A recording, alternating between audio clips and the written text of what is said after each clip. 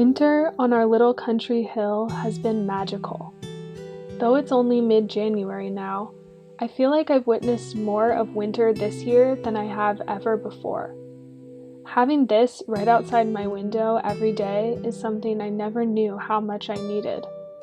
My mind and my body are in tune with the season, and it feels like I've returned home to myself in a way. Finding stillness, appreciating the small moments, and just witnessing all of the beauty in my life. Do you like it?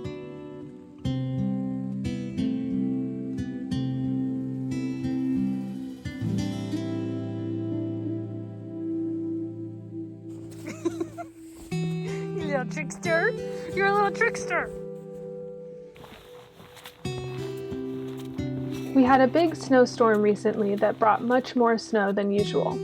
Our fruit trees did well, but our fencing not so much. We put up some deer fence around each of the trees with 3 metal T-posts shortly after we planted them in the fall. We elongated the metal posts by duct taping some sticks so the fencing would be taller than a deer's head could reach. This worked well enough until the snow weighed heavy on the sticks, causing a few of them to snap. So I had to do a bit of damage control.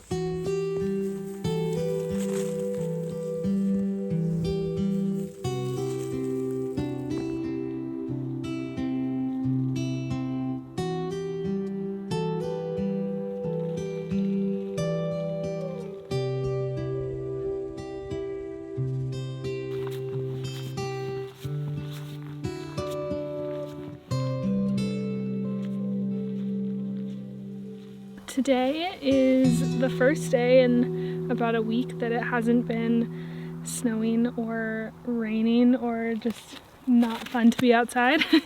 And so I'm super excited just to be out here to move my body and get a little bit of chores done. I'm going to rake some leaves because we need some for our compost pile, and just enjoy it because it's nice to not be feeling like I'm stuck inside in our RV.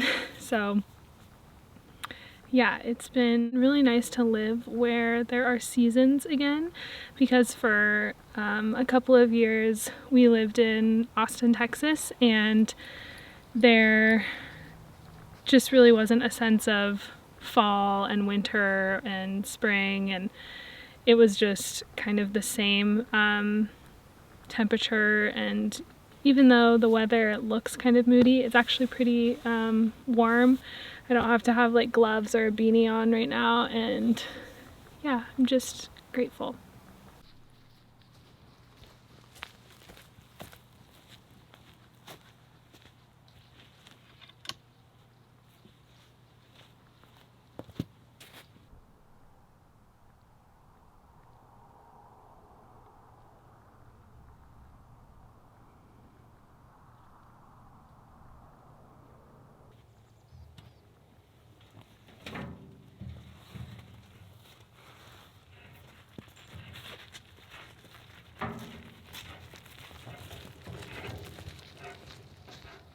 We are going on a mini adventure because Jarom found a new trail on our property that I haven't seen before. So I'm gonna go check it out. Yeah. It's a little windy today, but it's not raining. Ready for the adventure, Hamish? Let's go! Come on!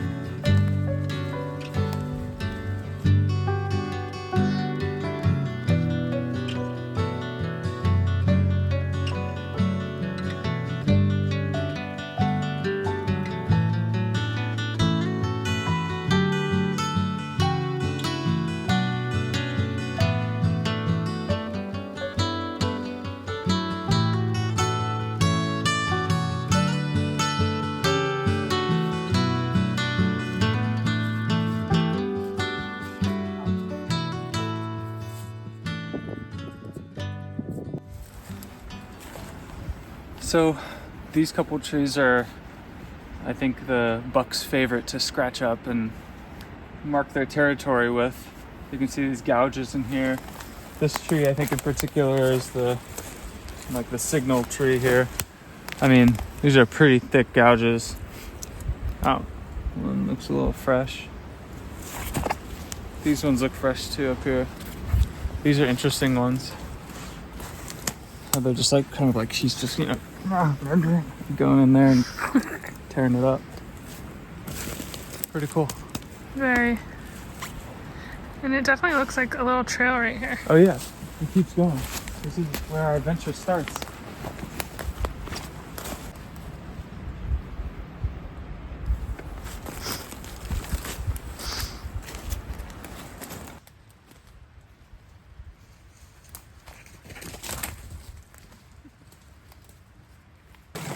Look at the gold.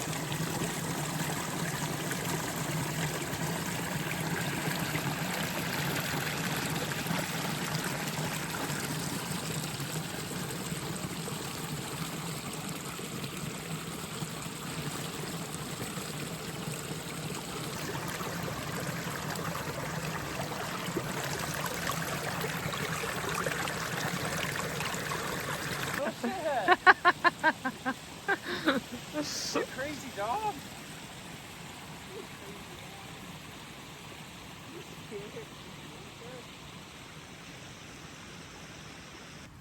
The banana mushroom.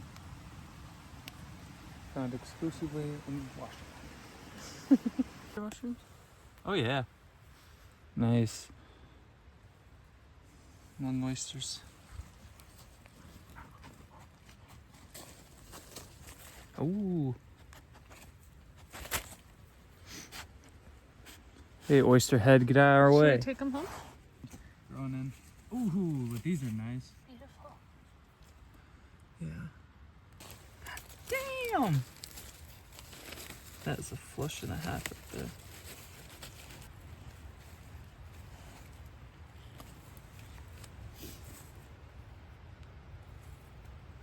That's a nice mushy. Ah. You want to smell? Yeah.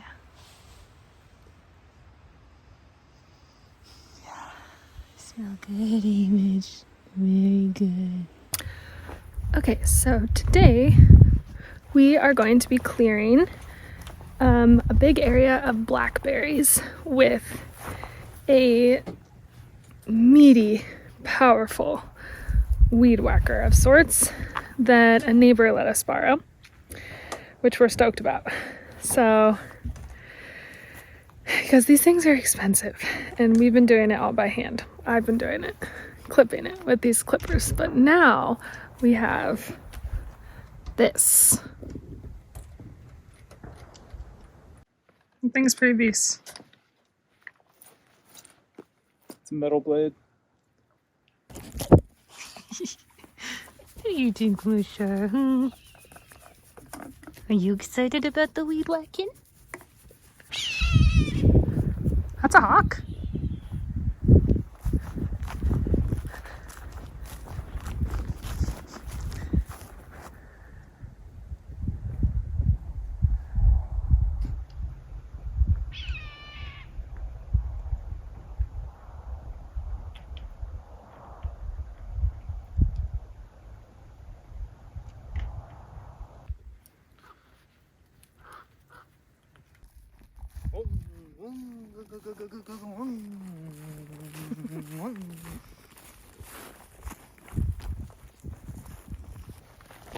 So,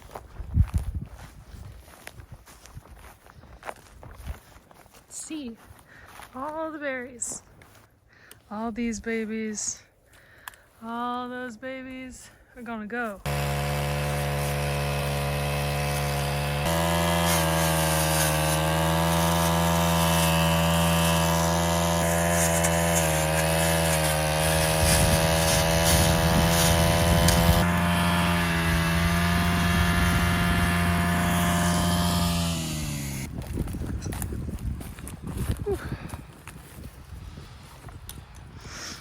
Thanks, baby.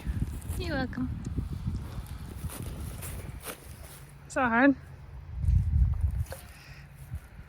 Yeah. Okay, so we're done for the day. I'm definitely going to be sore tomorrow. And here's what it looks like.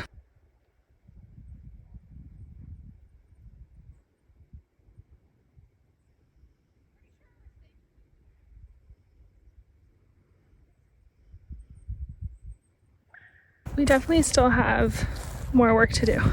The work never ends. But I'm so happy that our neighbor let us borrow that because I've spent 10 hours out here already cutting the blackberries by hand with just like large clippers that I have. And that was taking forever. So this is really awesome. Really grateful to our neighbor for letting us use that.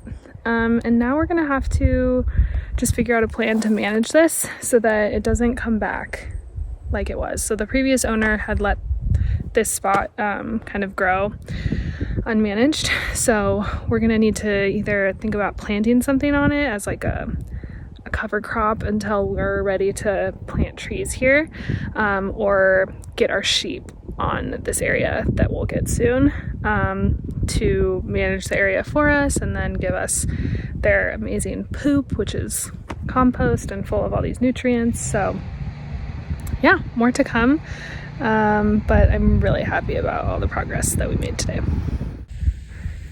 This is what our perfect morning looks like. Huh.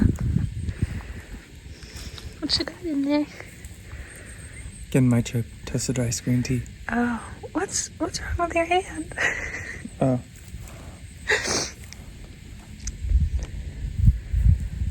That's what money making hands. That's what hard work looks like. Also that. Oh, yeah.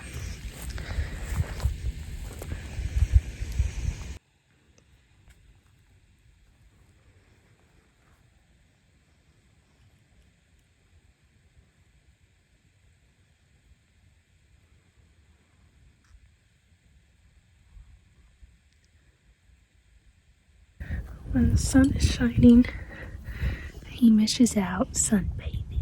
Huh. Boop. You booped. I have cacao.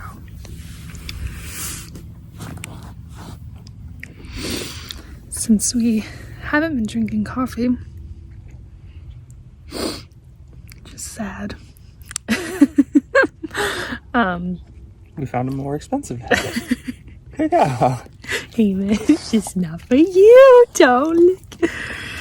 Yeah, we really like cacao because it's rich and it's like chocolate, and we put molasses in it, so it's like not too bitter. But it's surreal being out here when it's sunny like this and you look down into the valley and you just know it's cloudy and dark down there. Yeah, you should take another video down there. When I drive down the hill, I will. Every time I come up, I just think I should take a video the whole way up so people can see it change. I'll take a video on the way down. It's a good idea. It's Yeah. depressing and frosty down there. It's crazy. And Jarom and I were saying to each other yesterday that we didn't know this was a huge advantage of this piece of property. We just fell in love with it, and the fact that it's sunny here so much more often than it is many other places. Yeah. We get It's like like 50% more sunny days up here. Yeah. It is often that we're up here, like, enjoying the sun, and then we head into town down the hill for something, and it's cloudy. Yeah. And frosty and, like, foggy, and yeah. So, we're really grateful. And we take advantage of it. We're outside, Yeah. sunny in our face a lot, even though the UV index or whatever is so low that it doesn't actually absorb. It feels like it does. We don't know how we feel about that theory. Right, Jarom? Yeah. We're also, 1,500 feet up, so we're getting a little more UV, but it's not much. Mm-hmm. But it sure feels like it warms my skin and gives me a little tan.